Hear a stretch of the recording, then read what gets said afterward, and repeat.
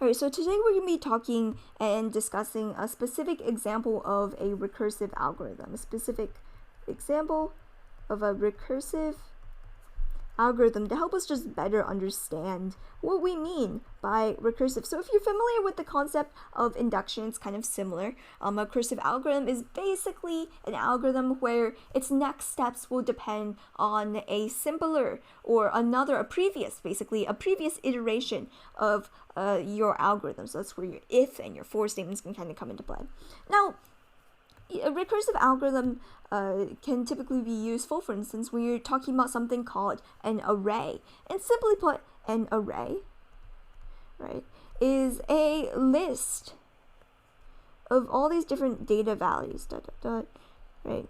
And then we can say their location, and in this case, I'm just going to, for simplicity's sake, I'm going to say it's, I'm going to call the first element in its place 1, right, 2, so on and so forth, until you get to an array of size n, right? And this is called your index. This is not the value of whatever data you have there. And so we can take this array, maybe we can search for something in it. And so let's say you want to figure out, and you have like a key of some sort, right? A key. A very sadly drawn key, but nevertheless still a key. And you have a key and you want to be able to take this key and you want to match it to a certain door. Well, clearly in this case, your door and your doors may be either lined up in a hallway. Your hallway would be your array, and each door here, right, each door is an element in your array. And draw a little handle on there. Right, and you want to be able to figure out, does this key right over here match up with any of those doors? And so this problem that we have on hand can be solved in multiple ways. Maybe the first way that may come to mind in the simplest method. If this was like a test question, you only had like 5 minutes left to answer it. The simplest answer and simplest response, simplest way to solve this problem is to take this key and basically try to plug it in to each one of these doors, right? Until you come across the correct door. Best case scenario, maybe it's your first or second door that you come across.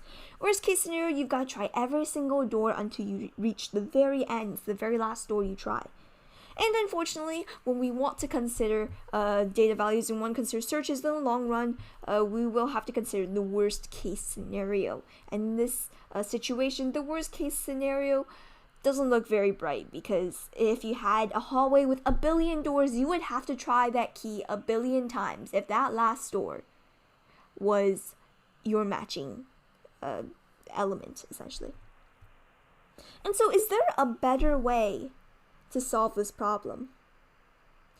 Well, let's put it in slightly different terms. Let's go back to the concept where the array is made out of numerical values, right? And your key is also numerical. And let's say your array is arranged, so it becomes what is known as a sorted array. And it's arranged from lowest to highest value. So array, and we'll call it a sorted array this time around. Let's use a different color right there.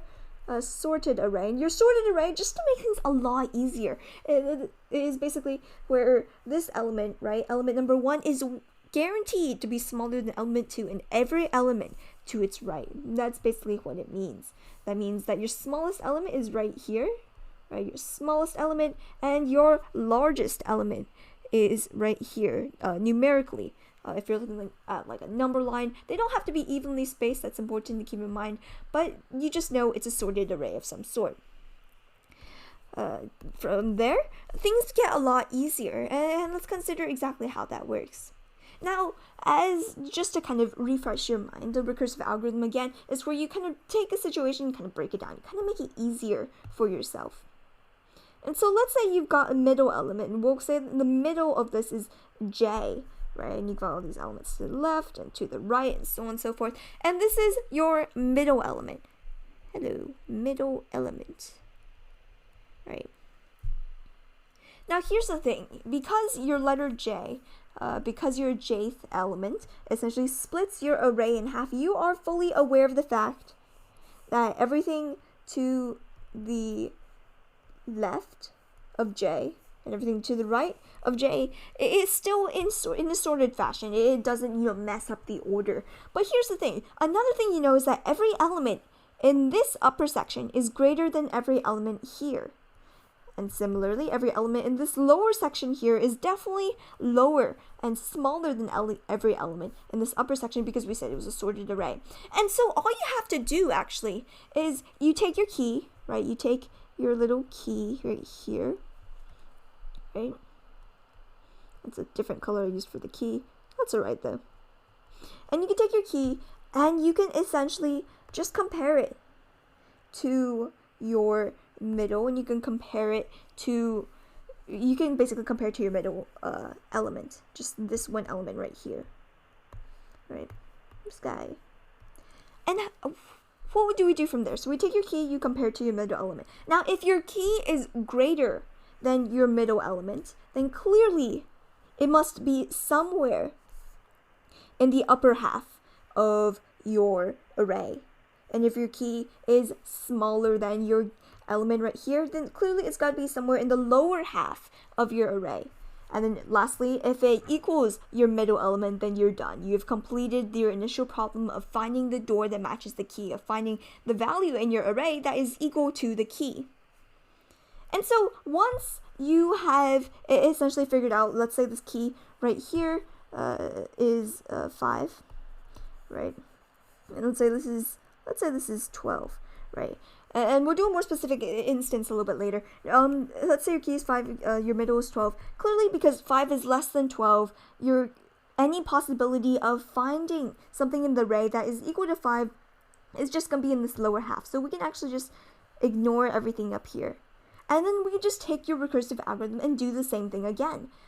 Just in this case, split it, right? And you find your middle element. Find your middle element, and we repeat the same process. Compare your key to your middle element. Is it greater? Is it less than? If it's less than, again, split it off and just use that one half of the algorithm. If it's greater than, use the other half of the algorithm, if that makes sense. And so that's essentially the idea behind a recursive algorithm. In order to accomplish what it set out to do, in order to create and get to that final output, it is referencing a smaller version of itself. And now let's do a small example, right? All right, so a small example. Let's say your array looks a tiny bit like this, right? And let's give it a total of 1, 2, 3, 4, 5, 6, 7, 8. 9 elements, and we'll say these elements are 2, 7, 14, 91, 100, 103, and then 112, maybe 201, and then 304. And so clearly you've got a wide range of numbers here. Now let's really quickly just write down the idea and the steps behind a binary search. So the first step would just be to find the middle element. And this is really simplifying what we have here. So find the middle element. Right. Step 2 would be compare your key to middle element.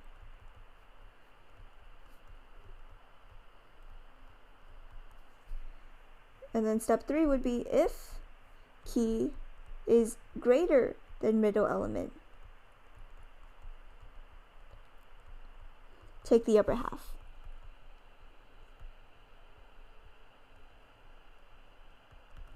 And then else if key is equal to the middle element, return, or just finish. We'll say finish. Finish. Right. And then lastly, else if key is less than middle element.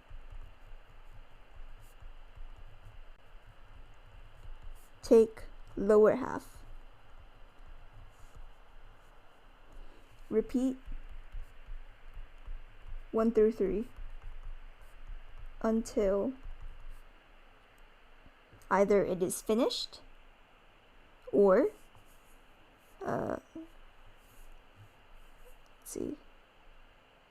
until No more elements left. No more elements left to check. And that's a really, really crude way of doing it, but let's take what we have here. Let's take this kind of really crude set of instructions that we have written for ourselves, and let's consider this situation, this algorithm. So first of all is find the middle element. So the middle element in this case would be 100, if you notice, right? And let's establish the key. And so let's say the key, right? The key is, let's give it and make it 14. And so your key is 14. Now we've just finished step 1, find the middle element. It is 100. Now your key, given your key is 14, right? Is 14 less than or greater than 100? Well, clearly it is less than. So we are going to only take the lower half, right? And then we loop back to step 1. From there, again, find the middle element. Right, and in this case, let's take the lower one, 7. And is 14 greater than or less than 7? Well, according to step 3, we know that 14 is greater than, right? Greater than 7. And so we only take the upper half, right? And lastly, again, we divide it. We find the middle element, and we compare the key to your middle element. In this case, because we're taking the lower one, 14 is 14. And because your key is equal to your middle, we are finished. And that is basically the concept behind a binary search algorithm. This is what is called a binary search algorithm. Binary search algorithm. And it is an example of a recursive algorithm. As we mentioned before, just to review, a recursive algorithm is fundamentally one that it basically references past iterations of itself. And in that sense, if you're a little bit curious, this is one example of a recursive binary search that you can conduct, and this is a code written in Java. And it basically follows the concept of defining low and high as essentially the locations of what is considered the start and finish of the part of the algorithm you're considering if you are looking at this code. Now, if you are unfamiliar with Java, that is absolutely fine. That is not a prerequisite to understand what we're discussing here. But if you're curious and you do want to check out precisely how this binary search works, you're absolutely welcome to. In this case, it gives you the array and the key at the bottom. And yeah, so that's it. This is the concept behind a binary search and behind a basic example of a recursive algorithm. Again, if you have any questions, please do not hesitate to visit the Q-munity website. And remember, stay curious and keep on learning. Thank you.